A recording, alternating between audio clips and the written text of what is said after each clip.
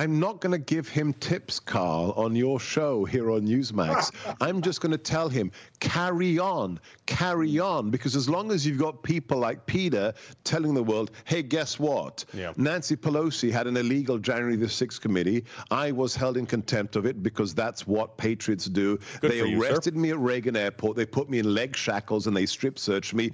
Peter keeps talking. You keep talking. I keep talking. Newsmax tells the truth. And we know the police state, the threat to democracy is here. It's in this stinking city. And we have to get rid of it. And there's one man who can do it, our former boss, Peter's former boss and my former boss. So look, I'm not going to help them. Keep doubling down. Keep tripling down, because then even people who aren't political are going to say, you know what? Let's get rid of this. What is it Dan Bongino calls him? The rotting bag of oatmeal in the White House.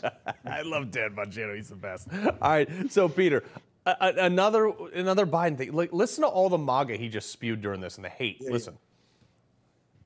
And now these MAGA voices who know the truth about Trump on January 6th have abandoned the truth and abandoned the democracy.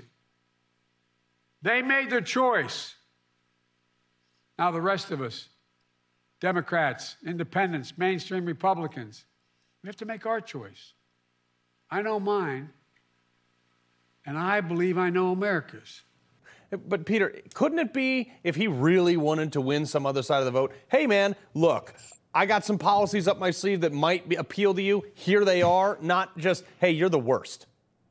Well, there's no policies he can run on that people are going to support, because we've seen what he does. Look, it's what I'm going to tell you is really important here. It's incumbent on people like me, you, Carl, and Sebi to explain to people what MAGA means. We can't let those SOBs turn MAGA into a four-letter word. MAGA is a beautiful, beautiful concept. I call it the Iron Triangle. All we are for is fair trade and conditions for American workers, where endless wars, and secure borders. That forms the Iron Triangle of MAGA. That's what Trump ran on when he walked down the escalator in 2016, and that's what we did when we were in the White House. Our people are the black, brown, and blue-collar Americans and middle-class families out in the suburbs who are now under attack by the Department of Justice just for going to school board meetings. MAGA is beautiful.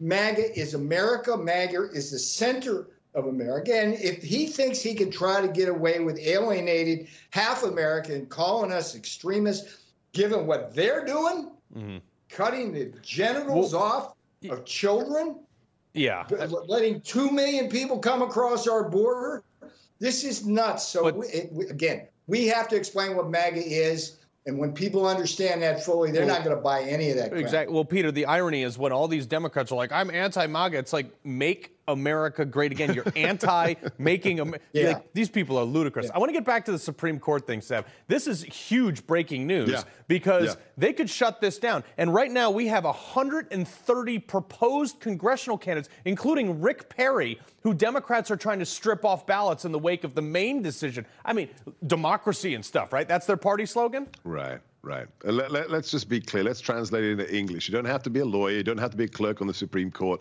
What are all of these actions about? Whether you're an unelected Secretary of State in Maine, or whether you are a Democrat loony-robed judge in Colorado who went to Yale, you think you get to decide whether or not Americans can choose their candidate. Let's be clear. These are primary ballots. This isn't even the federal election. They think they get to decide what a private entity, the GOP, what names they put on their list. And then they go even further and say, we will ban that private entity from having members manually write in the name of the man they want as their nominee. Those are the fascists, Carl. Those are the threat to democracy.